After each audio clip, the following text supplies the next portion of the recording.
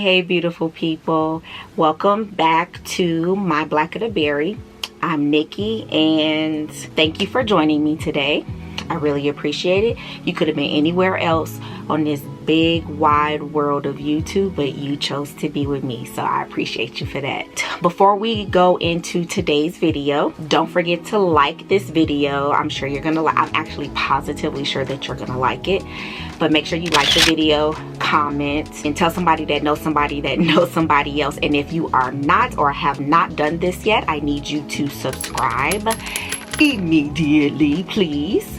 But thank you to everyone for joining me here at My Black of the Berry. This is the channel where we celebrate all things black, no matter what it is. It's mainly beauty, but I also like to just kind of educate and let everyone know, about how great our people are. Without further ado, we are going to jump into today's video.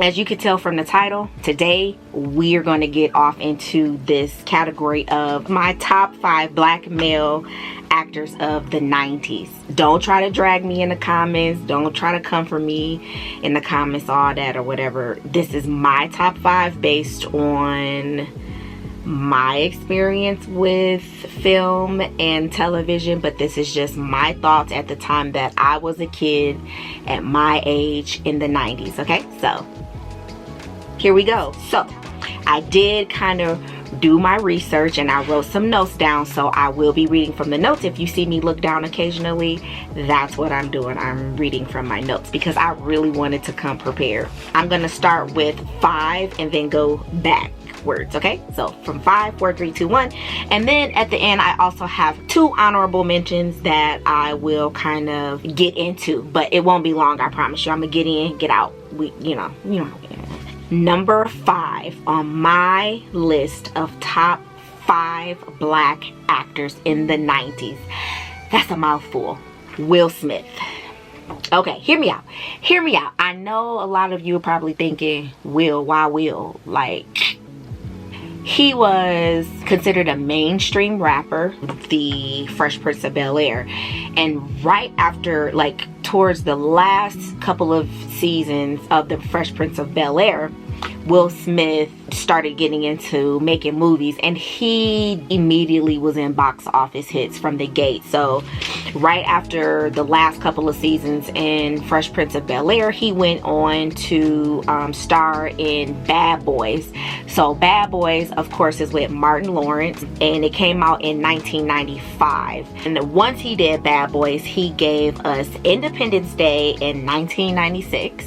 Then he gave us Men in Black in 1997, Enemy of the State in 99, and then he gave us Wild Wild West he gave us Enemy of the State in 1998, and then he gave us the Wild Wild West in 1999. Here's the thing, I based my top 5 off of people that were super hot and contributed to our culture in the 90s. So not only did they have to be able to act in order to make it on my top 5, but they also had to have contributed to the movement of our culture in some shape, form, or fashion. And I don't know, some people might know this already. I don't think this is trivia that you have to be super special to know, but Will Smith was offered the role of Keanu Reeves' role in The Matrix. Will Smith was originally offered that role at first, and he turned down that role for The Matrix to do Wild Wild West, which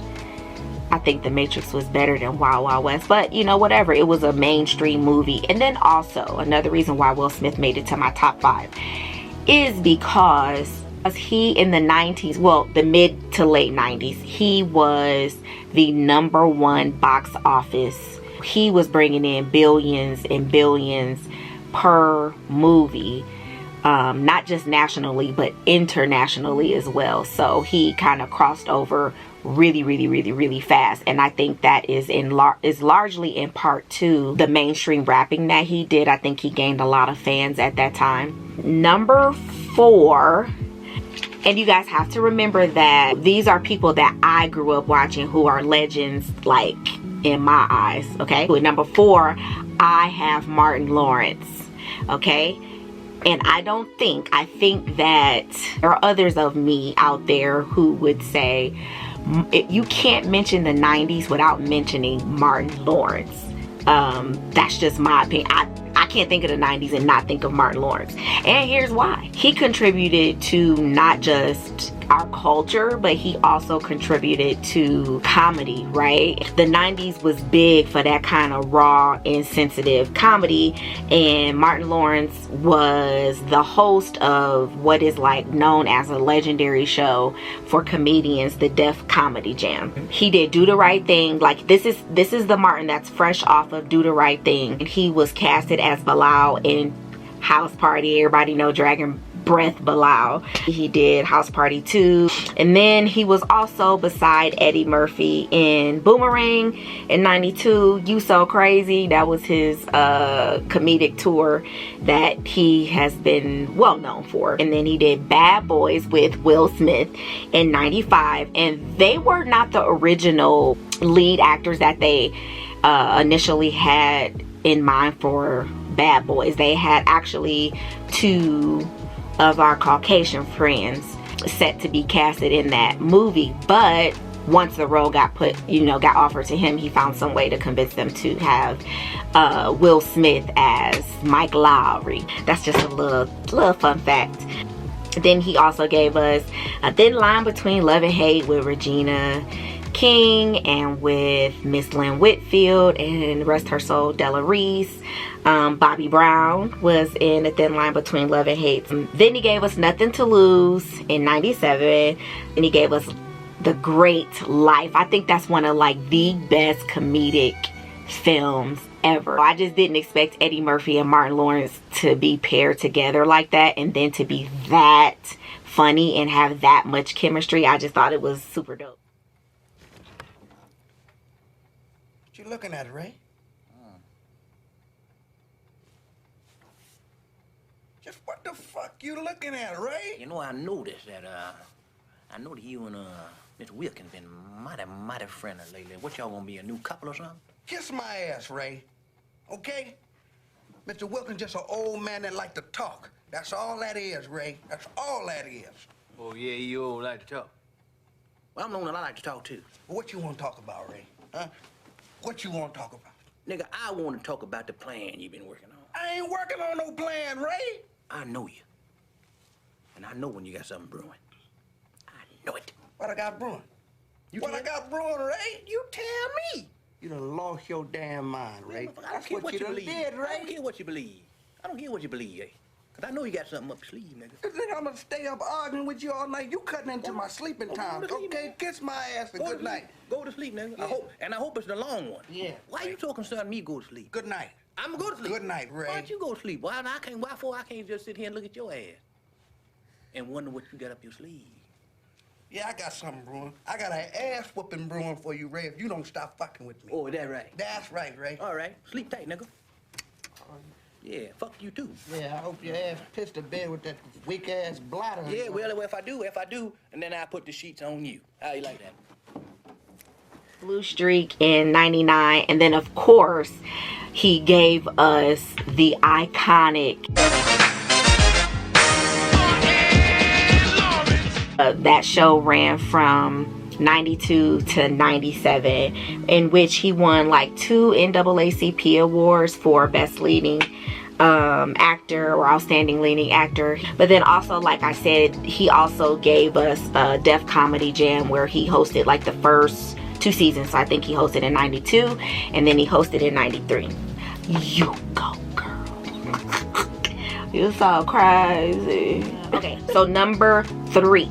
Now number 3, I think you guys would agree that he was pretty much the black action star of the 90s. So I think I'm on track with this one. I don't think this one is too controversial. Mr. Wesley Snipes. I think it's safe to say that out of all the black actors from the 90s, I think this was the this was the action star for us. He knew kung fu. He was doing a lot of his own stunts. Like, this was the go-to guy for action. For I think it kind of transcended the 90s and kind of went into the early 2000s as well. He is known for other roles other than action roles, so I would have to say we saw him around a lot, and there are several of his movies that contributed to the culture. So he started off in 1990 with Mo Better Blues. Then he gave us the iconic New Jack City and Jungle Fever. Those both came out in 1991. He gave us White Men Can't Jump, Passenger 57 in 92.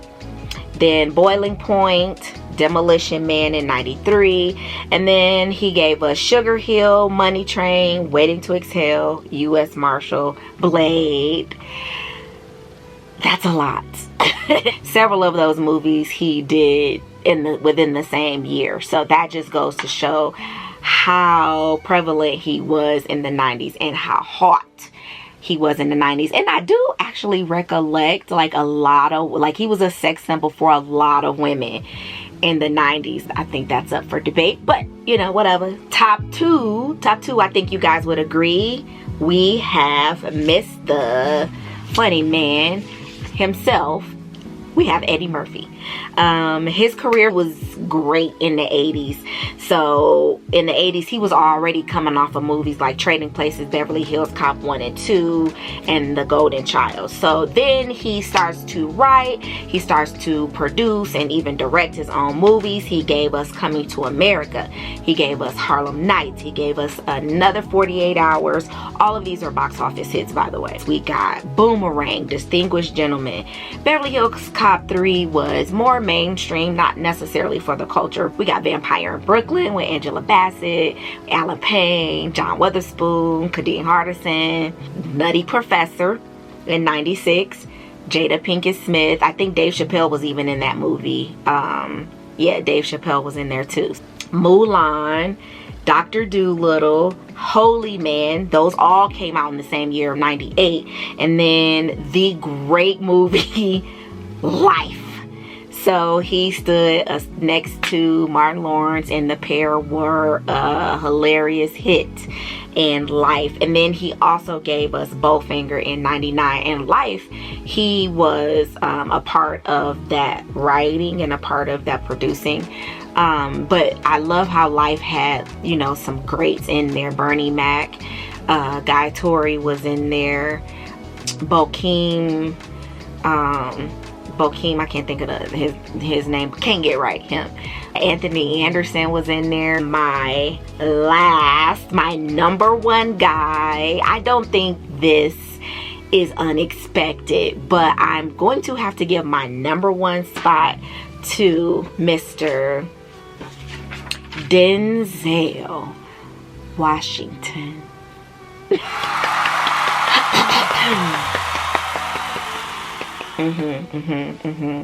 Need I say more? Denzel Washington. That's really all that's needed, and that's kind of crazy. Like when you say Denzel is synonymous to pristine acting. The great Denzel. Denzel Washington was already coming off of having an Oscar. He won an Oscar for Glory. He was for Best Supporting Actor. Denzel Washington was in a total of three Spike Lee movies. Mo Better Blues, the great Malcolm X movie in 99, and then he was nominated for an Academy for his role as Malcolm X, or his interpretation as Malcolm X. And then he was also in He Got Game in 98. So those are all three of the Spike Lee movies that he was in.